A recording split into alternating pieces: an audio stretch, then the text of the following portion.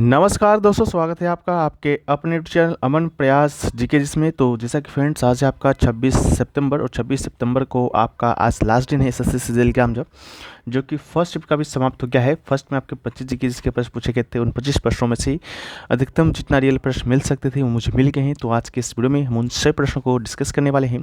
तो चलिए वीडियो को स्टार्ट कर लेते हैं बिना किसी देरी के। ये वीडियो है जो कि अगर आपका नेक्स्ट शिफ्ट में एग्जाम है या अगर आपका एमटीएस का एग्जाम है तो उसके लिए आपका इंपॉर्टेंट होने वाला है। ठीक है, तो जो लोग भी चैनल को सब्सक्राइब नहीं किए हैं सब्सक्राइब कर लीजिएगा, वीडियो को लाइक नहीं किए हैं लाइक कर दीजिएगा। हम लोग बढ़ते हैं आज के पहले प्रश्न। इसका जो पीडीएफ है आपको टेलीग्राम चैनल पर मिल जाएगा, जिसका जो लिंक है डिस्क्रिप्शन में दिया गया है, तो आप जाकर वहाँ से भी ज्वाइन कर लीजिएगा।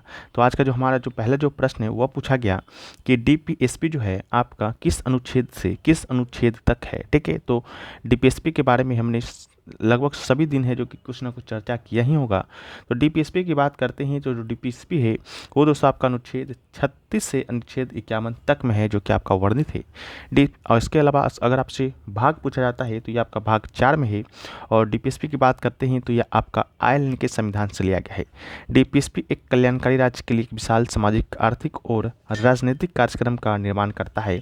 इसके अलावा जो डीपीएसपी है अपने स्वभाव से मौलिक अधिकारों से भिन्न होता है, जिसका अर्थ है कि वो डीपीएसपी न्यायालय द्वारा परिवर्तनीय नहीं है। ठीक है, तो इसको याद रखना है। वीडियो में आगे बढ़ते हैं, लेकिन उससे पहले दोस्तों आपको बता दें कि टेक्स्ट बुक पर अभी आपका यानी कल से या परसों से 28 सितंबर से एक आपका बहुत ही बड़ा ऑफर आने वाला है, जिससे हम लोग बिगेस्ट प्राइस ड्रॉप के नाम से कह सकते हैं, एंड ऑफ सीजन सेल के नाम से यह आ रहा है। जिसमें आपको जो इनका ईयरली का जो टेक्स्ट बुक पास प्रो है उसमें आपको जितना प्राइस कम हो सकता था वो दोस्तों आपका किया गया है। कितना कम हुआ है नहीं हुआ है वो दोस्तों आपको 28 तारीख को ही मालूम चलेगा, यानी 27 तारीख के रात 12 बजे से ही। ठीक है, टेक्स्ट बुक की बात करते हैं तो टेक्स्ट बुक में फ्रेंड्स आप भारत में जितने भी एग्ज़ाम होते हैं, चाहे आप एसएससी का एग्ज़ाम की तैयारी करते हो, बैंक का करते हो, रेलवे का करते हो, डिफेंस का करते हो या स्टेट लेवल को एग्ज़ाम की तैयारी करते हो, उन सभी एग्ज़ामों का आप यहाँ पर मॉक टेस्ट और PYP है जो कि आप दे सकते हैं। ठीक है, तो यहाँ पर आपको 850 प्लस एग्जामों का 80,000 प्लस मॉक टेस्ट के साथ साथ 17,000 प्लस PYP भी मिलता है। तो अगर आप टेस्ट बुक पास प्रो लेने की सोच रहे हैं तो आप 2 दिन इंतज़ार कर लीजिए, और हमारा जो कूपन कोड है APG ज़रूर से ज़रूर यूज़ कीजिएगा। और जो भी अपडेट आएंगी वो सबसे पहले दोस्तों आपको टेलीग्राम चैनल पर बताया जाएगा, जिसका लिंक डिस्क्रिप्शन में दिया गया है। तो आप लोग जाकर टेलीग्राम चैनल को भी ज्वाइन कर लीजिएगा। ठीक है, हम लोग चलिए वीडियो में आगे बढ़ते हैं। तो हमारा जो नेक्स्ट क्वेश्चन है वह है कि कुकी जो नृत्य है निम्नलिखित में से किस राज्य से संबंधित है। ठीक है, तो कुकी नृत्य की बात करते हैं तो कुकी नृत्य आपका नागालैंड से संबंधित है। तो इसका जो राइट आंसर होगा वो दोस्तों आपका नागालैंड होगा। नागालैंड पूर्वोत्तर भारत में म्यांमार की सीमा से लगी एक पहाड़ी राज्य है। यह विभिन्न जनजातियों की संस्कृति का जश्न मनाने वाले त्योहारों और बाज़ारों के साथ विविध स्वदेशी जनजातियों का भी आवास है।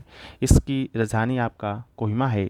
और नागालैंड के प्रमुख लोक नृत्यों में मोटसे, अर्गू सिकुकला, तितली नृत्य, आलुयट्टू, सताल की कई, चांगाई नृत्य, कुकी नृत्य, लेसालप्तू, खम्बालिम्ब, मयूर नृत्य, मानोआशो, रेंगमा, सीचा, कुकई कुचो, संकई, मुआसाई आदि भी शामिल है। ठीक है, इसके अलावा जिलियांग आपका इसको भी याद रखना है, ये भी नृत्य है। अगला है नाइटिंगेल ऑफ एशिया अवार्ड 1987 किसे मिला था। ठीक है, तो नाइटिंगेल ऑफ एशिया अवार्ड 1987 की बात करते हैं तो ये दोस्तों आपका आशा भोसले को मिला था। तो इसका जो राइट आंसर है वो दोस्तों आपका आशा भोसले हो जाएगा। ठीक है, इसके अलावा 2008 में भारत सरकार के द्वारा दूसरा सबसे बड़ा जो नागरिक सम्मान है पद्म भूषण से भी सम्मानित किया गया है। साथ में Guinness book of world record ने 2011 में भोसले को संगीत के इतिहास में सबसे ज़्यादा रिकॉर्ड किए गए कलाकार के रूप में मान्यता भी दी है। ठीक है, तो ये चीज़ पूछा गया। इसके अलावा नेक्स्ट क्वेश्चन जो पूछा गया कि उपराष्ट्रपति है जो कि आपका किस भाग में वर्णित है। ठीक है, तो उपराष्ट्रपति की बात करते हैं तो भारत का जो उपराष्ट्रपति का उल्लेख है भारतीय संविधान के भाग 5 में किया गया है, जो कार्यपालिका से संबंधित है। विशेष रूप से उपराष्ट्रपति का जो पद का उल्लेख है आपका अनुच्छेद 63 से अनुच्छेद 73 में किया गया है।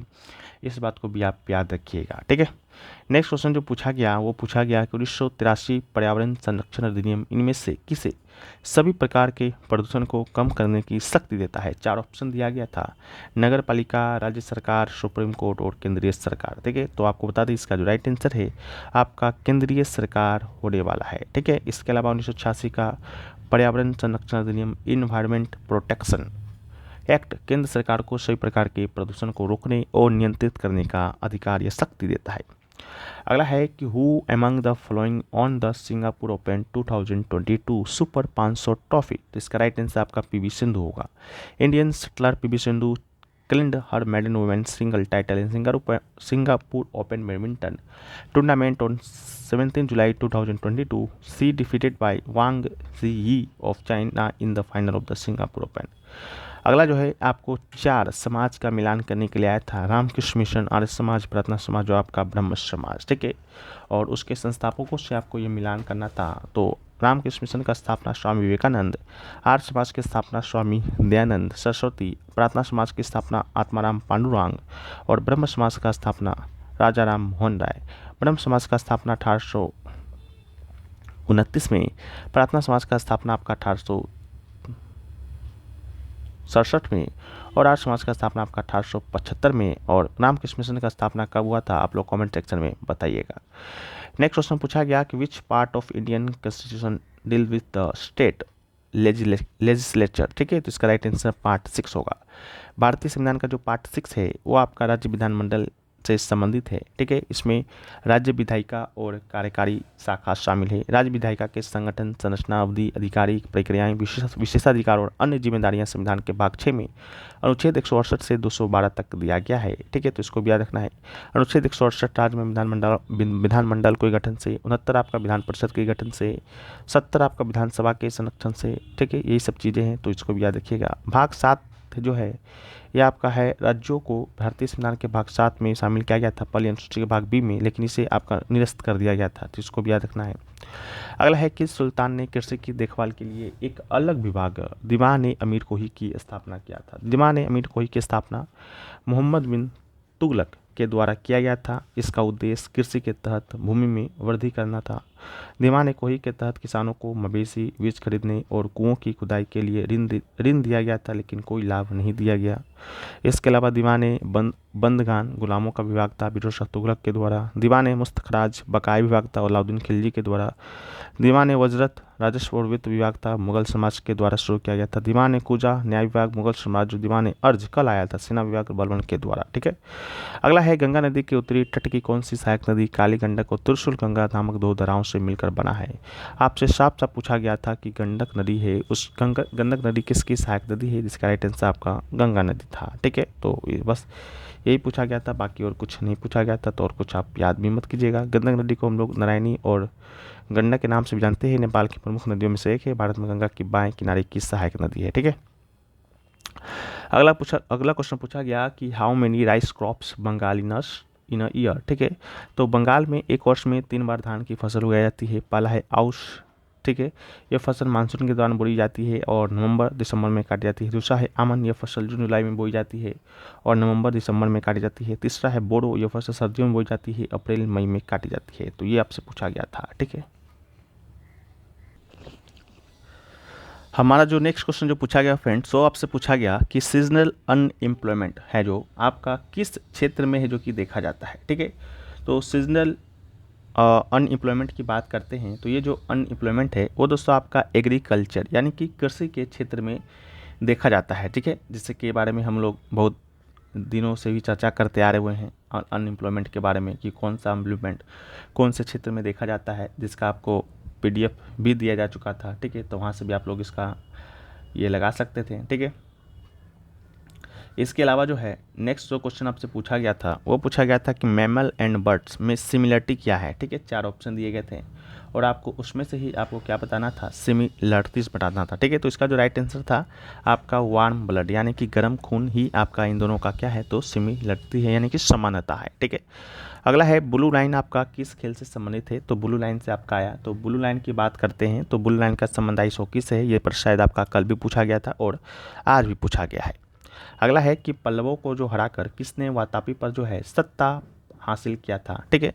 तो पल्लव को हराकर बताएं वातापी, जिसकी वर्तमान में हम लोग बादामी के नाम से जानते हैं, सत्ता प्राप्त करने वाला जो वंश था वो आपका था चालुक्य वंश, ठीक है। तो इसका राइट आंसर आपका चालुक्य वंश होगा।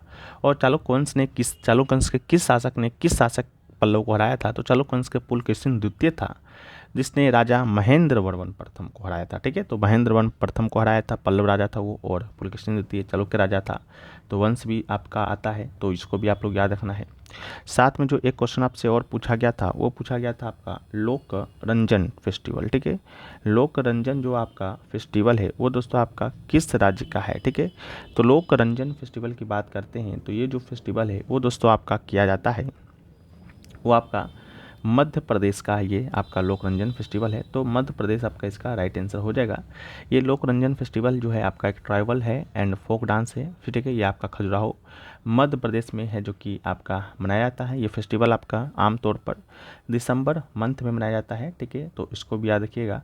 तो ये भी आपसे एग्जाम में पूछा गया था। इसके अलावा 2-4 क्वेश्चन जो और छूट गए होंगे वो अभी तक तो मिल नहीं पाए हैं, लेकिन जैसे ही मिलेंगे हम उसको आपको पीडीएफ में देंगे।